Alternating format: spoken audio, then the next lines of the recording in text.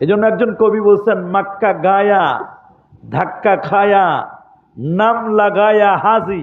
মক্কা গেছে, ধাক্কা খাইছে, একসাথে 20 লক্ষ 30 লক্ষ মানুষ হজে যায়, ধাক্কা ধাক্কি খায় না, নাম লাগাইছে হাজি। আবার শয়তানকে পাথরও মেরেছে, 49টা পাথর। কয়টা? প্রথম দিন 60টা, আর পরের 2 দিন 3 সাথে 21 করে 42 আর 7 49। 49টা পাথর মারছে শয়তানকে। হাদিসের মধ্যে আসে একটা পাথর মারার দ্বারা একটা কবিরা গুনাহ আল্লাহ মাফ করে দেন। ওইখানে শয়তান নাই, শয়তানের সিম্বল, প্রতীকটা দেওয়া আছে। এর দ্বারা টার্গেট হলো তুমি শয়তানকে পাথর মারার দ্বারা তোমার মনের ভিতরে যত শয়তানি আছে এই শয়তানিটাকে জবাই করে দিবা, শয়তানিগুলো দূর করে দিবা। ওইখানে সিম্বল, একটা প্রতীক। আমাদের দেশে এটা শুধুমাত্র একটা পিলার দেওয়া আছে, শয়তানকে পাথর মারে, নিচতলা, দোতলা, 3 তলা 4 তলা পর্যন্ত আপনি পিলারের মধ্যে পাথর মারি আমরা। এই রেদা আল্লাহ বিসমিল্লাহ আল্লাহু আকবার রেদাল্লির রহমান রাগামাল্লির শয়তান, এই আঙ্গুলটা দিয়ে ধরে, 3 আঙ্গুল দিয়ে ধরে শয়তানকে পাথর মারতে হয়। এর দ্বারা উদ্দেশ্য শয়তানকে পাথর মারা দ্বারা মনের ভিতরে শয়তানিটাকে দূর করে দেওয়া। আমরা ওইখানে শয়তানকে পাথর মারি, মারার পরে বাংলাদেশে এসে আবার শয়তানি শুরু করি। কথা বলেন? এর দ্বারা উদ্দেশ্য কি? শয়তান বলছে যে আমারে তো পাথর মারলা, এখন তুমি যে অপকর্ম অন্যায় করো তোমারে পাথর মারবে কে? কথা বলেন? এই জন্য মানুষ বলে মক্কা গায়া ধাক্কা খায়া নাম লাগায়া হাজি, লোগো নে কাহে তুমকো পাজি। হাজি সাহেব, মানুষ কত বিশ্বাস করে মানুষকে। হাজি সুইটস, হাজি সাহেবের মিষ্টির দোকান। মনে করছে এই লোকটা আল্লাহর ঘর ধরে আসছেন, উনি জীবনেও মিষ্টির ওজনে কম দিবে না, কিন্তু দেখবেন ঠঙ্গায় 250 গ্রাম। 3 কেজি মিষ্টি কি 250 গ্রাম? আপনার কথা বলি না, আবার রাগ করেন না আবার। হ্যাঁ, কথা বলেন। হাজি সাহেব এরকম আছে না?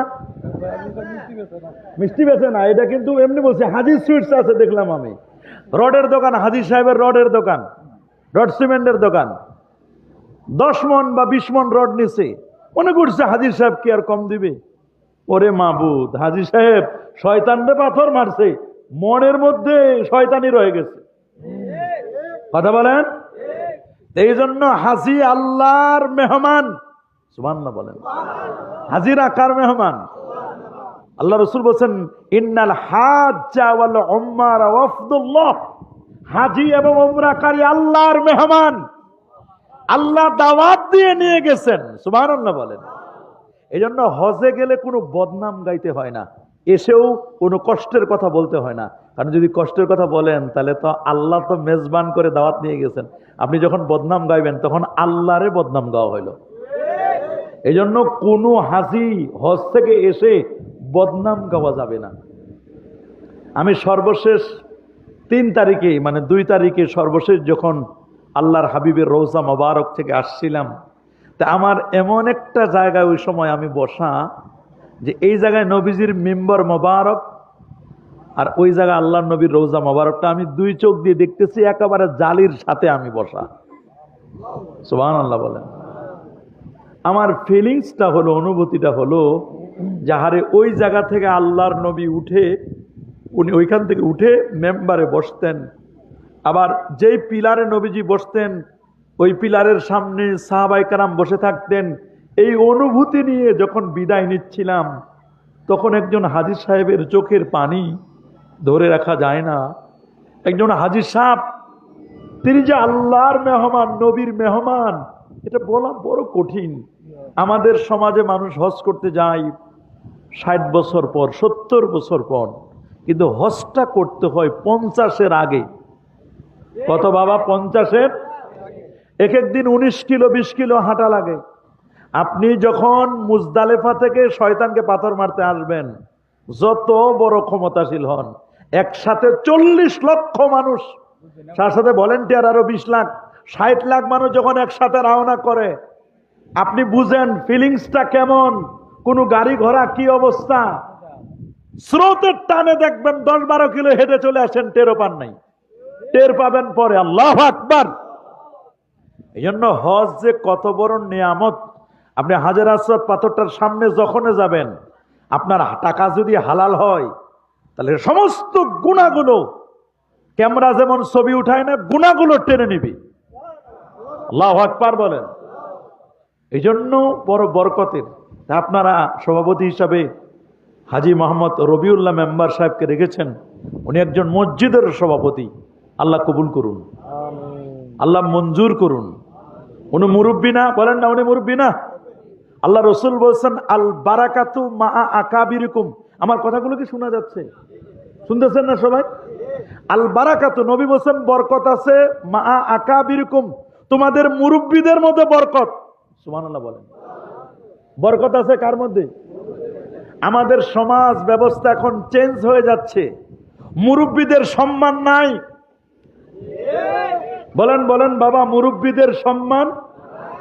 আগে দেখেন এই যে যারা ইয়ং সোসাইটি, ছেলে পেলে পোলাপান যারা, একটা মুরব্বী দেখলে সাইকেল থেকে নেমে যেত কিনা? কথা বলেন। মোটরসাইকেলটা স্লো করতো কিনা? একটা মুরব্বী দেখলে চেয়ার থেকে উঠে দাঁড়ায় যেত না? মুরব্বী আপনি বসেন। এখন এমন সিচুয়েশন হয়ে গেছে, মুরব্বী শব্দটা নিয়ে ট্রল করে, বলে মুরব্বী মুরব্বী, দেখেন ট্রল করে। অথচ এটা ওয়েটফুল শব্দ, অত্যন্ত দামি শব্দ মুরব্বী। রাসূল বলেন ওয়াশাবিরহুম, কোরআনের আয়াত, ওয়াশাবিরহুম ফিল আমরে। তোমরা যখন পরামর্শ করবে তখন মুরব্বীদের নিয়ে তোমরা পরামর্শ করো। একটা বিয়ে শাদী, একটা মসজিদ, একটা মাদ্রাসা, এলাকায় একজন অসুস্থ হয়েছেন, তাকে কোন ডাক্তার দেখাবো, এই সমস্ত বিষয়ে পরামর্শ করতে হয় কাদের সাথে? এটা জমি জমা নিয়ে দ্বন্দ্ব হয়েছে, পরামর্শ করতে হবে কাদের সাথে? রাসূলুল্লাহ বলছেন মুরব্বীদের মধ্যে বরকত আছে। সুবহানাল্লাহ বলেন। মান লাম ইয়ারহাম সাগীরানা ওয়া লাম ইউক্কির কাবীরানা ফালাইসা মিন্না। যারা বড়দেরকে সম্মান করে না, ছোটদেরকে স্নেহ করে না, এরা আমার উম্মত না। বলেন এরা আমার উম্মত। তাহলে ছোটদের কি করতে হবে? স্নেহ, মায়া, মমতা দেখাতে হবে ছোটদেরকে। আপনারা তো ছোটরা মসজিদে গেলে খালি ধমকান। মুরব্বীরা এমন আছেন, ছোটরা যদি মসজিদে যায় খালি কি করে? খালি ধমকায়। আবার যারা ছোট বাচ্চাদেরকে মসজিদে নিয়ে যাবেন, নিয়ে যাওয়ার সময় ট্রেনিং দিয়ে নিয়ে যাবেন। কি বাবা, মসজিদ এটা আল্লাহর ঘর, বেশি কথা বলা যাবে না, দৌড়াদৌড়ি করা যাবে না, উচ্চবাচ্য করা যাবে না, হাসা যাবে না, মসজিদে গিয়ে দোয়া করতে হবে, নামাজ পড়তে হবে, সেজদা করতে হবে। ট্রেনিং দিয়ে নিয়ে যাবেন। কারণ এই সন্তানরা যে আপনার মসজিদে যাচ্ছে, এরা কিন্তু আমার আগামী প্রজন্মের মুসল্লি। আপনি তো মরে যাবেন, আমি তো মরে যাব, আমার আগামী প্রজন্মের মুসল্লি এরা। এদেরকে পথ চিনাই দিতে হবে। শরীফপুর পশ্চিমপাড়া আজিমউদ্দিন বাড়ির জন্য এটা বড় একটা ভাগ্যের বিষয়। এলাকার যুবকরা দেখো, আমার বাপদাদারা তার পূর্ববর্তীদের স্মরণ করে এখানে মাহফিল দিলেন। আপনি কি মনে করছেন এই মাহফিলটা কি সাধারণ মাহফিল? এটা হিজরি সনের জিলহজ মাস হলো বছরের শেষ মাস, হজ্জের মৌসুম। বলেন না কিসের মৌসুম? এই সময় লক্ষ লক্ষ হাজি হাতিমের সামনে দুটো হাত তুলে দোয়া করতেছেন। লক্ষ লক্ষ হাজি সাফা মারওয়া সাই করে দোয়া করতেছেন পারে উঠে। নবী রোজার সামনে চোখের পানি মুছতে মুছতে হাজিরা বিদায় হচ্ছেন। কি যে মায়া! আপনি এত লক্ষ টাকা খরচ করে জীবনে নবীর রোজা দেখেন নাই। নবীর রোজাটার সামনে গিয়ে যখন আপনি আসসালাতু ওয়াসসালামু আলাইকা ইয়া রাসূলুল্লাহ বলেন, কোন হাজি চোখের পানি রাখতে পারে না। যেই কাবাকে সারা জীবন জায়নামাজে দেখছে, ওই কাবার সামনে নিয়ে যখন আল্লাহু আকবার বলে, আপনি বুঝেন ফিলিংসটা, তার অনুভূতিটা কেমন। আপনি একটু খালি চিন্তা করেন কত বড় ভাগ্যবান শরীফপুরের ভাইরা, এই পশ্চিমপাড়া আজিমউদ্দিন বাড়ির আমার মুরব্বীরা যারা এখান থেকে কবরে চলে গেছেন, তারা যে আজকে কত খুশি। রাসূলুল্লাহ বলেছেন ইন্না উম্মতি উম্মাতুম মারহুমা, আমার উম্মত হলো মরহুম, রহমত প্রাপ্ত উম্মত। সুবহানাল্লাহ বলেন। আমার উম্মত কি রহমত প্রাপ্ত? রাসূলুল্লাহ বলে দিয়েছেন আমার উম্মত হলো রহমত প্রাপ্ত উম্মত। এরা যখন কবরে ঢুকবে, গুনার পাহাড় নিয়ে কবরে ঢুকবে, যখন কবর থেকে বের করে হাসরের ময়দানে যাবে, দেখবে একটা গুনাহও নাই, একটা গুনাহও নাই। সাহাবীরা জিজ্ঞেস করলো, ইয়া রাসূলুল্লাহ, ইয়া হাবিবাল্লাহ, গুনাহগুলো কোথায় গেল? আমরা যখন আমাদের বাবারে, আমাদের দাদা চাচারে যখন কবরে রেখে আসলাম, গুনার পাহাড়, দেখি একটা গুনাহও নাই। নবী বলছেন, তোমার অঞ্চলে, তোমার এলাকায় যখন কোনো মাহফিল হবে, কোনো দোয়ার অনুষ্ঠান হবে, মানুষগুলো চোখের পানি ছেড়ে দোয়া করবে, ও মালিক, দয়ার আল্লাহ, তোমার দয়ার কোনো সীমা নাই রে আল্লাহ। আয় আল্লাহ, এই শরীফপুর পশ্চিম পাড়া আজিমউদ্দিন বাড়ির যত মুরব্বী কবর জগতে আজকে যারা কবরের জিন্দেগিতে আছেন, রব্বে কারিম তাদের কবরগুলোকে জান্নাতের বাগান বানায় দাও। এই যে প্রতি বছর একটা করে দোয়া হবে, এই দোয়ার বদৌলতে রব্বুল আলামিন তাদের জীবনের গুনাহগুলো মাফ করে, এইভাবে করতে করতে, গুনাহগুলো মাফ করতে করতে যেদিন কবর থেকে বের হবে রে, একটা গুনাহও নাই, একটা গুনাহও থাকবে না। আল্লাহু আকবার। ইচ্ছে করলে আমার ভাইয়েরা, বর্তমান তো ফিফা বিশ্বকাপ 2026 শুরু হয়েছে। গতকালকে আমার মাহফিল ছিল টাঙ্গাইল শহরে, ভাসানী কলেজ থেকে 4-5 কিলোমিটার দূরে, মেন রাস্তার পাশেই প্রোগ্রামটা ছিল। ঝড় হয়েছে, কঠিন তুফান। রাত্র যখন 11:30টায় প্রোগ্রামে উঠালো, যুবকরা নাই, সব কয়েকজন মুরব্বী। তা আমি জিজ্ঞেস করলাম, ভাই যুবকরা এই মাহফিলে নাই কেন? বলে, হুজুর আপনি জানেন বিশ্ব বর্তমানে টেলিভিশনের সামনে। আপনি অবাক করার মতো, যেখানে খেলা হচ্ছে ওই দেশের মানুষ এত ইন্টারেস্টেড না খেলা নিয়ে, যতটা ইন্টারেস্টেড আমার দেশের যুবকরা ব্রাজিল আর আর্জেন্টিনা নিয়ে। কথা বলেন, খেলা খেলা খেলা। এটা বিশ্বকাপ না, এটা বিশ্বপাপ। বলেন, এটা কি বিশ্বকাপ না বিশ্বপাপ? বিশ্বপাপ, বিশ্বকাপ নয়। কিসের কাপ? এটা বিশ্বপাপ চলতেছে। একজনে দেখলাম একটা ব্রিজ 2 দল ভাগ হয়ে গেছে। বলে, হুজুর এখানে মারামারি লাগার সম্ভাবনা। গতকালকে যখন আসতেছিলাম পঞ্চগড় থেকে, আমার বাড়ি থেকে যখন আসতেছিলাম, একটা ব্রিজে এক দল হলো ব্রাজিলের পতাকা টানাচ্ছে, আর এক দল হলো আর্জেন্টিনার পতাকা টানাচ্ছে।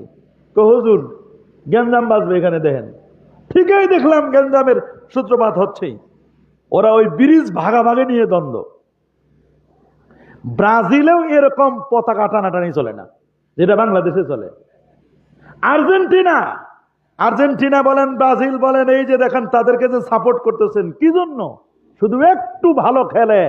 নাস্তিক বেঈমান তারা। আমার ফিলিস্তিন বাইতুল মুকাদ্দাসের বিরুদ্ধে কথা বলেছে মেসির গোষ্ঠী।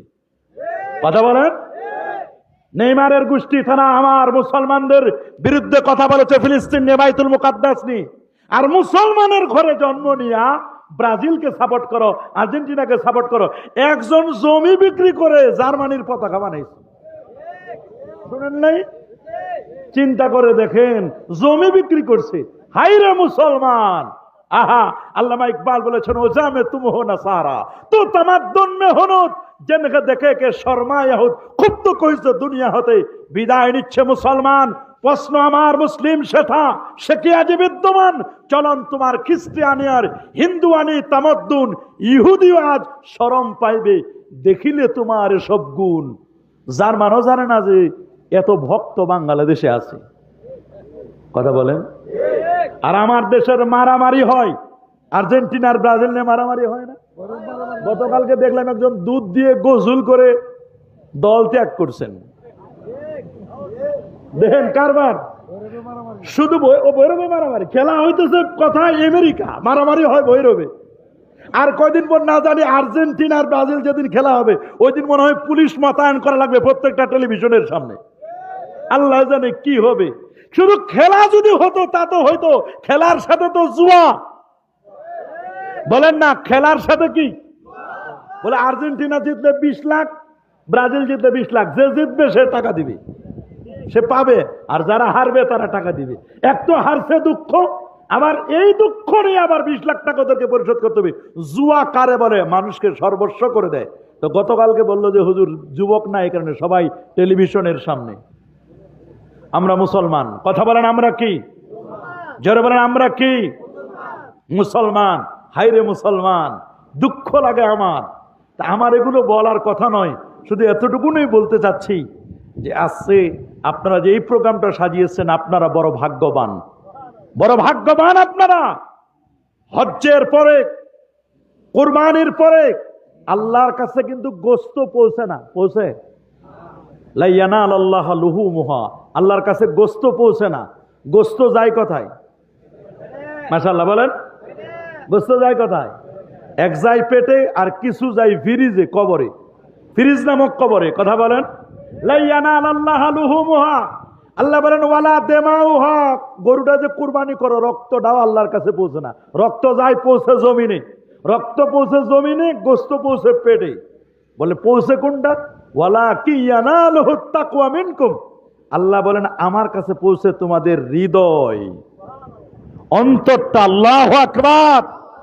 আমার আল্লাহ দেখেন কোনটা? তাকওয়া, তাকওয়া। বলেন কি দেখেন? কিন্তু এইটার বড় অভাব আমাদের। বলেন এইটার বড় কি? এই জিনিসটারে আমাদের অভাব। বাবা, আমাদের মানব দেহ খুব খেয়াল করে শুনবেন, 3.5 হাত বডি। বলেন কয় হাত? 3.5 হাত। এই 3.5 হাত বডির 3টা অঙ্গ খুবই গুরুত্বপূর্ণ। খেয়াল করে শুনবেন, কয়টা? 1 নম্বর বলেন ব্রেন। বলেন না, এটার নাম কি? ব্রেন, মাথা, ব্রেন। এখানে মগজ থাকে। একটা মানুষের মগজের ওজন বিজ্ঞানীরা বলছেন, পুরুষ মানুষের সুস্থ মস্তিষ্কের পুরুষ, পূর্ণাঙ্গ একটা পুরুষের মগজের ওজন 1.5 কেজি, 3 পাউন্ড। দ্যাট মিনস 1.5 কেজির মতো ওজন। কত কেজি? কত? 1.5 কেজি ওজন। এই 1.5 কেজি ওজনের মগজের মধ্যে তার আছে 80 কোটি তার। আল্লাহু আকবার বলেন। 1.5 কেজি ওজনের মগজ, এই মগজটাকে পরিচালনা করার জন্য সূক্ষ্ম সূক্ষ্ম তার। দেখেন, আমি চা খাই না, মাহফিলের দরকার নাই। কত কোটি? 80 কোটি নিউরন তার দিয়ে আল্লাহ মগজটাকে গঠন করছেন। একটা তার যদি নষ্ট হয়ে যায়, আপনি পাবনা হসপিটালে মানুষটাকে মেন্টাল বলবে, পাগল বলবে। দেখেন আমার আল্লাহ কত দয়া, কত মায়া। এই ব্রেনটা আল্লাহ দান করলেন। এই ব্রেনের স্টোরেজ কতটুকু? আমার সাথে যে আপনাদের যে মোবাইলগুলো আছে, এই মোবাইলের খালি জায়গা 64 জিবি। কত? 64 জিবি। একটু বেশি হলে 128 জিবি, আর একটু বেশি হলে 256 জিবি। আমার হাতে এটা ট্যাব, এটা হলো 2 মেগাবাইট, মানে বলছেন এটা প্রায় 2000 জিবি। সুবহানাল্লাহ, 2 টেরাবাইট, 2000 জিবি হলো আমার এটা। আর আমার আল্লাহ বলেন মানুষের যে মগজটা দিছি, ব্রেন দিয়েছি, খুলি, এখানে কি পরিমাণ খালি জায়গা? বিজ্ঞানীরা বলছেন 25 লক্ষ জিবি ব্রেনে খালি জায়গা। আল্লাহু আকবার বলেন। কত লক্ষ জিবি? 25 লক্ষ জিবি, গিগাবাইট আল্লাহ আপনার আমার ব্রেনে দান করেছেন। আল্লাহু আকবার বলেন। এই 25 লক্ষ জিবি আপনার ব্রেন, এই মাথাটা যে আল্লাহ দান করলেন, 25 লাখ জিবি, কতটুকুই বা খরচ করতে পেরেছেন? 25 লাখ বুঝতে আপনাদের কষ্ট হতে পারে। আপনারা খেয়াল করবেন, এটা শরীফপুর পশ্চিমপাড়া আজিমউদ্দিন বাড়ির এই জায়গাটা, এটা একটা কাগজ না? 25 লাখ জিবি কি পরিমাণ একটু বুঝে নেন। এই যে কাগজটা, এর চেয়ে আরেকটু যদি 2-3 ইঞ্চি লম্বা হতো, A4 সাইজের কাগজ, ওই যে দলিল আপনারা ফটোকপি করেন না লম্বা, এই পরিমাণ কাগজ এই শরীফপুরে এখানে যদি স্তূপ দেন আপনি, এটা স্তূপ দিতে দিতে দিতে দিতে দিতে দিতে দিতে দিতে সাদা কাগজ, 2 ফিট সাদা সাদা কাগজ স্তূপ দিতে দিতে যদি সূর্য পর্যন্ত নেন, সূর্য হলো এখান থেকে 9 কোটি 30 লক্ষ মাইল দূরে। দ্যাট মিনস 15 কোটি কিলোমিটার দূরে হলো সূর্য। সুবহানাল্লাহ বলেন। কত কোটি কিলোমিটার দূরে? 15 কোটি কিলোমিটার দূরে হলো সূর্য। এইরকম A4 সাইজের সাদা কাগজ 15 কোটি কিলোমিটার দূরে সূর্য পর্যন্ত যদি স্তূপ দেন, সূর্য পর্যন্ত নিলেন, সূর্য থেকে 33 কোটি গুণ বড় একটা তারকা, তারকাটার নাম বেটলজিয়াস তারকা। সূর্যটা যা পৃথিবী থেকে 13 লক্ষ গুণ বড়, এর 13 লক্ষ গুণ বড় সূর্য পৃথিবী থেকে 15 কোটি কিলোমিটার দূরে, ওই পর্যন্ত এরকম কাগজ স্তূপ দিতে দিতে দিতে দিতে দিতে সূর্য থেকে 33 কোটি গুণ বড় তারকা বেটলজিয়াস পর্যন্ত নেন, ওইখান থেকে 45 কোটি গুণ বড় একটা তারকা ওয়াইএক্স স্কুটি ওই পর্যন্ত নেন, এর চেয়ে আরো বড় Nova, supernova, Proxima সেন্ট্রাই, Andromeda Galaxy, তার চেয়ে আরো বড় হলো প্রথম আকাশ। প্রথম আকাশ যত বড়, তার চেয়ে দ্বিতীয় আসমান তার চেয়ে আরো বড়, যেতে 1000 বছর সময় লাগে। এরকম 7টা আকাশ, প্রথম, দ্বিতীয়, তৃতীয়, চতুর্থ, পঞ্চম, ষষ্ঠ, সপ্তম আকাশের পর সিদরাতুল মুনতাহা, একটা বড়ই গাছ, ওই গাছের মধ্যে ততগুলো পাতা, পৃথিবীতে যত মানুষ। আল্লাহু আকবার বলেন। একটা মানুষ যখন মারা যাবে, মারা যাবার আগে 40 দিন আগে গাছের পাতাটা হলুদ হয়ে যায়।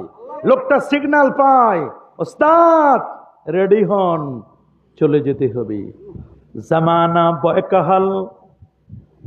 জামানা বয়কাহাল রাহাতা নেহি, গুজস্তা জামানা ফের আতা নেহি।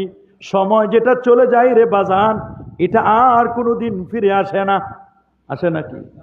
যাই দিন ভালো যায়, আসে দিন খারাপ আসে।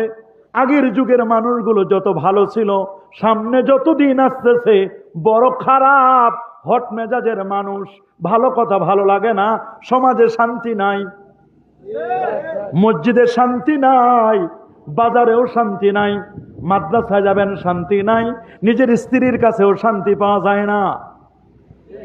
কথা বলেন। মায়ের কাছে শান্তি নাই, একটু খাবার দাবার খাবেন, আগের ইলিশ মাছ রান্না করলে 2-3 বারই ঘ্রাণ পাওয়া যাইত, এখন ইলিশ মাছ নাকের কাছে দিলেও ঘ্রাণ পাওয়া যায় না। কথা বলেন। আগের আইর মাছ রান্না করলে কি মজা ছিল, ভাতগুলো কত মজা লাগতো, ওরে দেশি কই মাছের ঝোল দিয়ে 3 প্লেট ভাত খাওয়া যাইত। কথা বলেন। এখন কই মাছ যত পেঁয়াজ দেন, মরিচ দেন, পেঁয়াজের হয়তো দগ নাই। করল্লা যেখানে তিতা হওয়ার কথা, করল্লা তিতা করে না, সব তিতা ঢুকছে মানুষের মুখের ভিতরে। ভালো কথা বলতে পারে না, মিষ্টি কথা বলতে পারে না, কথায় কথায় রাগ হয়। আর যদি ডায়াবেটিস হয়, অনেক কথা ভুলে যায়। মা বাবা যদি যখন বয়স হয়ে যায় 60 বছরের পর, ছেলের ভালো কথা ভালো লাগে না, বাবা মাঝে মধ্যে রাগ করে। করে কি করে না? সমাজ দেখেন বাবা, বিয়ে ছেলেটারে বিদেশে পাঠাইলেন, আছে না নাই? কত লক্ষ লক্ষ কোটি কোটি টাকার সম্পদ আছে, এমনও মানুষ আছে যার মাত্র 3 কাঠা জায়গা, 5 কাঠা জায়গা আছে, বাড়ির ভিটাটা বিক্রি করে ছেলেটারে বিদেশে পাঠায়। কত আশা, মা চোখের পানি মুছতে মুছতে ছেলেটারে বাসা থেকে বিদায় দেয়, বাবাও বিদায় দেয়। মা কখনো চায় না ছেলেটা বিদেশে যাক। বলেন, আশুগঞ্জের বহু মানুষ বিদেশে আছে না নাই? বলেন, আপনার আছে না? হাজার হাজার মানুষ বিদেশে আছে। মার মনটা বড় নরম, কারণ আপনি যেদিন জন্ম নিয়েছিলেন, মাকে পেটের ভিতরে এমন একটা লাথি মেরেছেন, ওই লাথি মেরে মায়ের ভিতরের যে কলিজাটা, এটা একটু ছিদ্র হয়ে গেছিল, রক্ত বের হয়ে গেছিল। এই সন্তান জন্মের পরে যখন একটা কান্না দিবে রে, ওই কান্নাটা দেওয়ার সাথে সাথে মায়ের কলিজার মধ্যে এবার যেটা ফাঁক হয়ে গেছিল, ওইটা আস্তে করে লেগে যায়। এই সন্তান যখন বিদেশের মাটিতে যায়, তখন মা বুঝতে পারে আমার কলিজার সন্তানটা, চোখের পানি মুছে মুছে কাঁদে। কত দুঃখ, কত কষ্ট রে। যখন বাড়ি থেকে বের হয়ে যায়, গাড়িও চলে আসে, সব ঠিক, সবার কাছে বিদায় নেয়, ইমাম সাহেব হুজুরের কাছে দোয়া নেয়, খতিবের কাছে দোয়া নেয়, দাদার কাছে দোয়া নেয়, দাদির কাছে দোয়া নেয়, মার কাছে দোয়া নেয়, বাবার কাছে দোয়া নেয়, এলাকাবাসী সবার কাছে দোয়া নেয়। 3 বছর 5 বছরের জন্য যাচ্ছি। ছেলেটা যখন দেশে ছিল, মিলাদ পড়তো, কেয়াম করতো, 20 রাকাত তারাবি নামাজ পড়তো, হাত এখানে বাঁধতো, চুলও ঠিক ছিল, টুপিও ঠিক ছিল, সব ঠিক, কোনো জায়গায় কোনো বাধা ছিল না। বিদেশে যখন গেল, মাঝখানে অসুস্থ, আবার চিঠি লিখলো, ফোনে বলল দোয়া করেন আমার স্বাস্থ্য ভালো না। আবার যখন দেখে, আবার দোয়া চায়, বলে এখনো আকামা হয় নাই, দোয়া করেন তাড়াতাড়ি যেন কাজের পারমিটটা পায়, আকামাটা যেন হয়ে যায়, সবগুলো যেন ঠিক হয়। যেই না আকামা হলো, প্রথম মাসে 1.5 লাখ টাকা বেতন।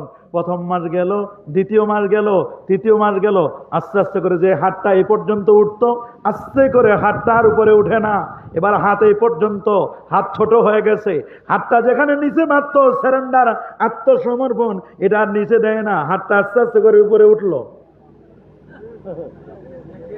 যেই ছেলেটা, যুবকটা, কলিজার টুকরা সন্তান, শরীফপুর থেকে এই পশ্চিম পাড়া আজিমউদ্দিন বাড়ির ছেলেটা যখন যাইতো, যেই বছর গেছে রমজানে, ওইটা 20 রাকাত তারাবি পড়ে গেছে।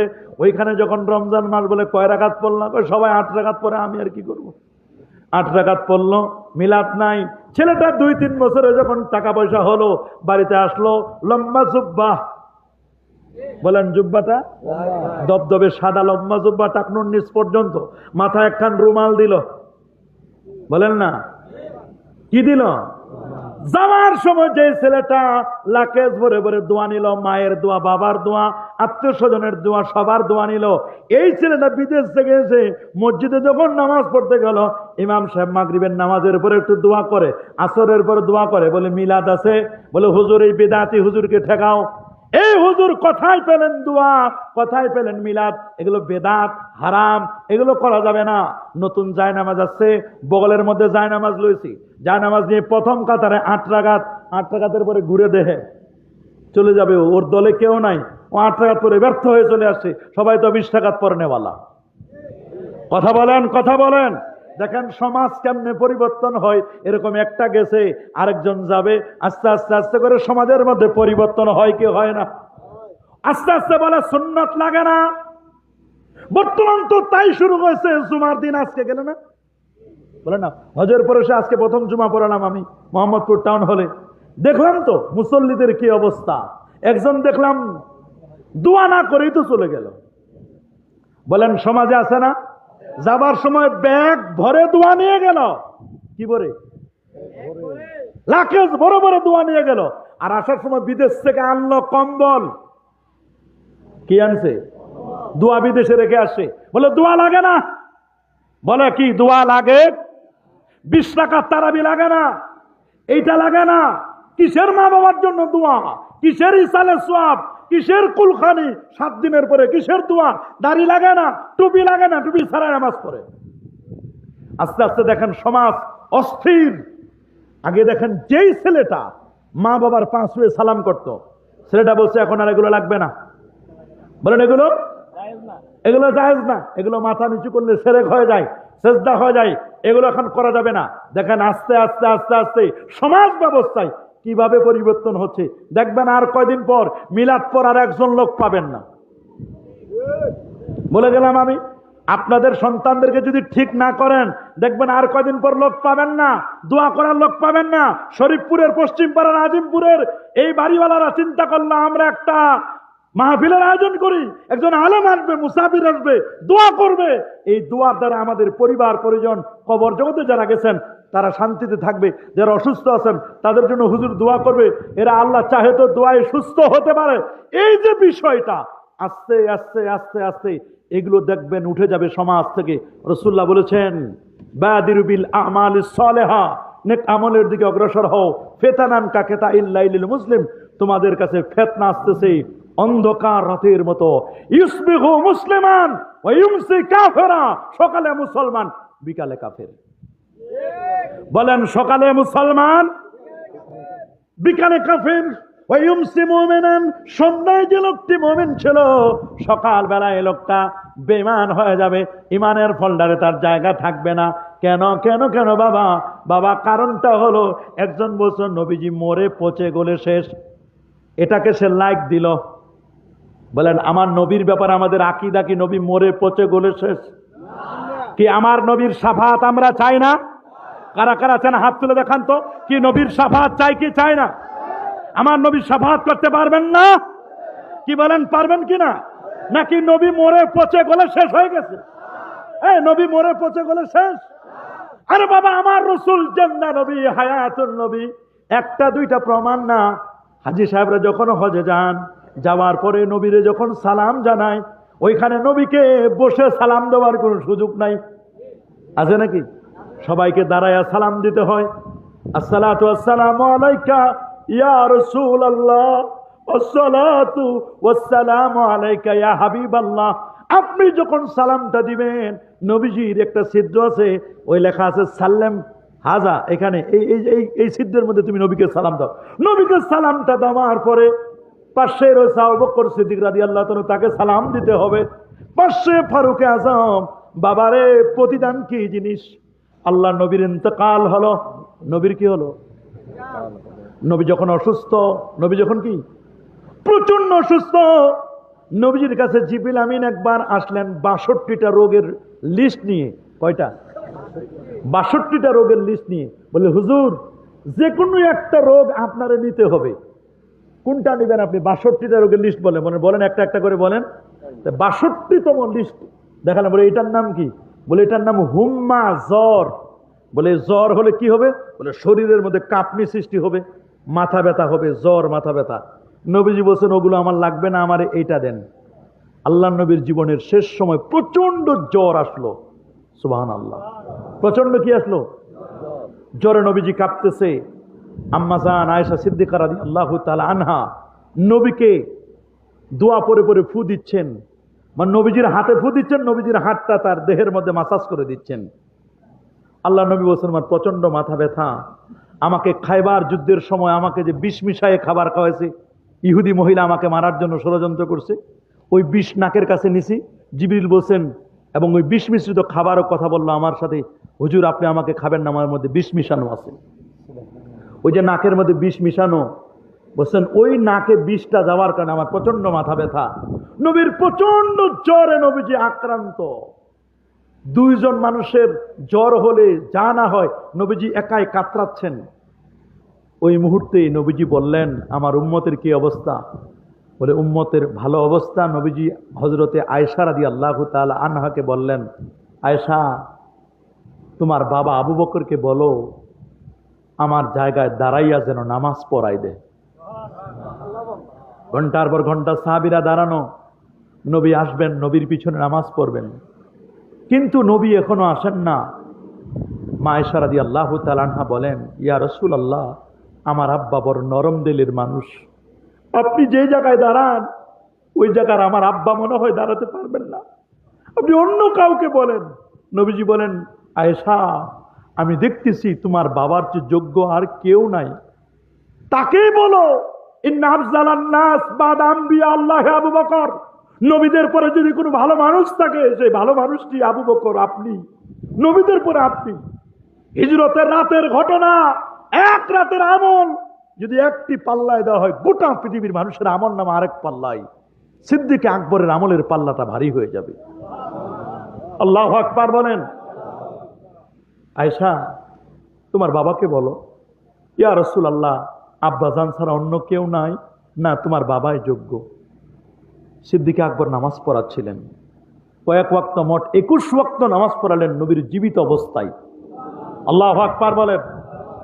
একদিন নবীজি বললেন ফারুকে আজমকে, ফারুকে আজম সবাইকে সামনে আছে, বলে আমাকে 7 কলস পানি, ইনটেক পানি, বীরে গার্স, আমি বীর কূপটা দেখে এসেছি, ওই কূপের পানি 7 কলস ইনটেক পানি তোমরা এনে আমারে গোসল দাও।